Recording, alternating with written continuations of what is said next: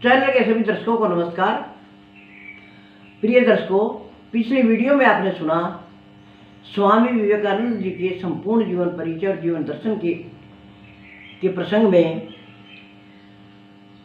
कि उनके मन में जो है ना ईश्वर के प्रति कठोर भाव पैदा हो गए कि ईश्वर है ही नहीं कहीं।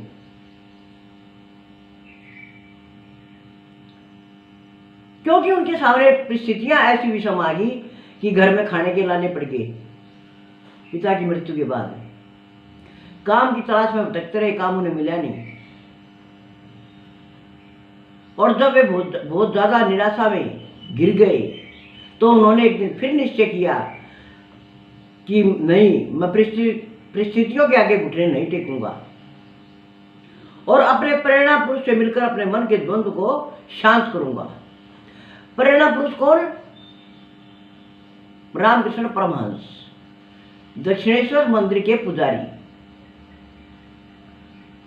तो उससे आगे क्या हुआ वो सुनेंगे हम इस वीडियो में। अपने मन को उन्होंने संतुलित किया और अकेले ही दक्षिणेश्वर जा पहुंचे। श्री रामकृष्ण उस समय अपनी शिष्य मंडली के बीच उपदेश दे रहे थे। नरेंद्र को आया देख वे रुक गए।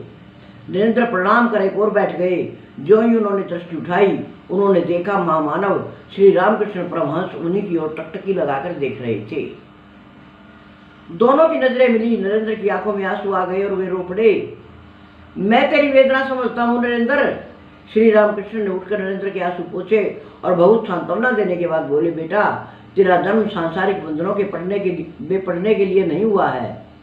इस समय पूरी मनुष्य जाति संकीर्णताओं की बेड़ियों में जकड़ी निरीह को छटपटा रही है। वह तुझे पुकार रही है, बेटा, तुझे इसका उद्धार करना है।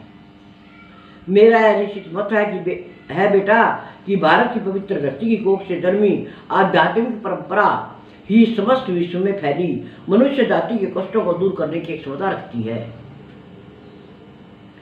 सही आध्यात्मिक दृष्टि के विकास और उसके प्रचार प्रसार की आवश्यकता है। तू ही वह नायक है बेटा जो मेरी दृष्टि से विश्व को देखने में सक्षम है।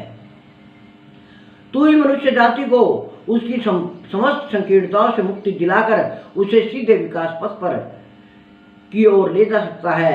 ये आंखें पता नहीं कब से तेरी तलाश कर रही हैं। लगता है अब वह समय आ गया है बेटा। तू माँ भगवती पर परिवार का समस्त भार छोड़ दे और लोक कल्याण के लिए आगे आ जा।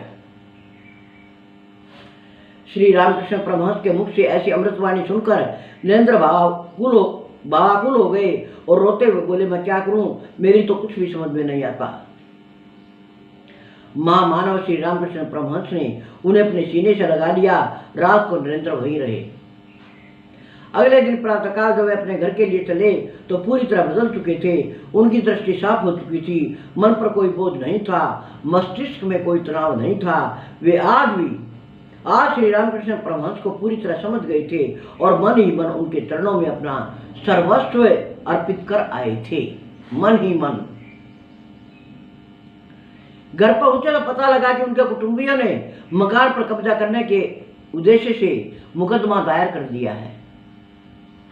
कुटुंबी चाचा ताऊ लोक कल्याण के लिए पूरी तरह संकल्पित नरेंद्र तिलमिला उठे। वे सिर पकड़कर बैठ गए। क्या यही है इस देश के मनुष्य की सोच कि विधवा और असहाय पर जुल्म किया जाए, उसे उसके स्वर्गीय पति की संपत्ति से बेदखल करने के षड्यंत्र रचे जाए? क्या कुटुंबियों की संपत्ति लिप्सा इतनी तीव्र है कि उन्हें पिताजी की मृत्यु का दुख नहीं, उनकी अनुपस्थिति में उनके अनाथ परिवार के कष्टों की चिंता नहीं? स्वार्थ और संकीर्णताओं से जकड़े इस मानव समाज का उद्धार कैसे होगा? सोचते सोचते उनका सिर टकरा गया और वे बिस्तर पर ही गिर पड़े। पता नहीं कब तक बिस्तर पर यूं ही पड़े रहे। जब आंख खुली तो माँ के जोर जोर से रोने की आवाज आ रही थी। नरेंद्र जल्दी जल्दी उठे और माँ के पास पहुंचे। नरेंद्र की बहनें और भाई माँ को धैर्य बंधाने का प्रयास कर रहे थे, पर माँ अपने आप को संभाल नहीं पा रही थी। माँ, रोना बंद करो माँ, नरेंद्र ने उन्हें सांत्वना दी। ये आंसू पोंछ डालो, भगवान सब ठीक करेंगे। भगवान भगवान भगवान। माँ आवेश में चीख पड़ी। इस नाम को सुनते सुनते मेरे कान पक गए हैं। जब से होश संभाला तब से उसकी पूजा करती आ रही हूँ। जीवन भर की पूजा और आराधना के बदले मुझे क्या दिया तेरे भगवान ने? ये वैधव्य, यह दरिद्रता, यह आंसू और यह पीड़ा, क्या मैं क्या करूँ? वे फुट फुट कर रोने लगी। माँ की पीड़ा बर्दाश्त न कर सके नरेंद्र कोई जवाब भी नहीं दे सके, उठे और दक्षिणेश्वर चले गए। यानी जहां से आए थे, जहां रात को रुके थे और जहां से घर के लिए आए थे, और घर आने के बाद तुरंत बाद दोबारा वहीं चले गए। नरेंद्र नाथ ने माँ की पीड़ा और मुकदमे की बात श्री रामकृष्ण परमहंस को बताई। श्री रामकृष्ण परमहंस माँ काली के परम भक्त थे और इस बात पर पूरा विश्वास रखते थे कि माँ से जो मांगो अवश्य मिलता है।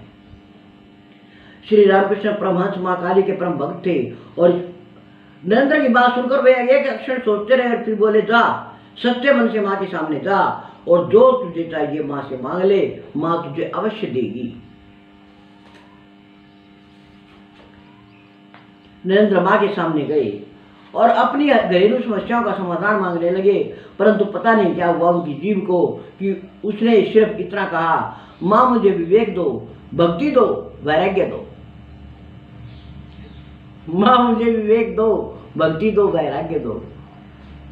श्री रामकृष्ण ने उन्हें 3 बार माँ से धन संपत्ति और समस्याओं का समाधान मांगने भेजा, परंतु हर बार नरेंद्र ने विवेक, भक्ति और वैराग्य ही मांगा।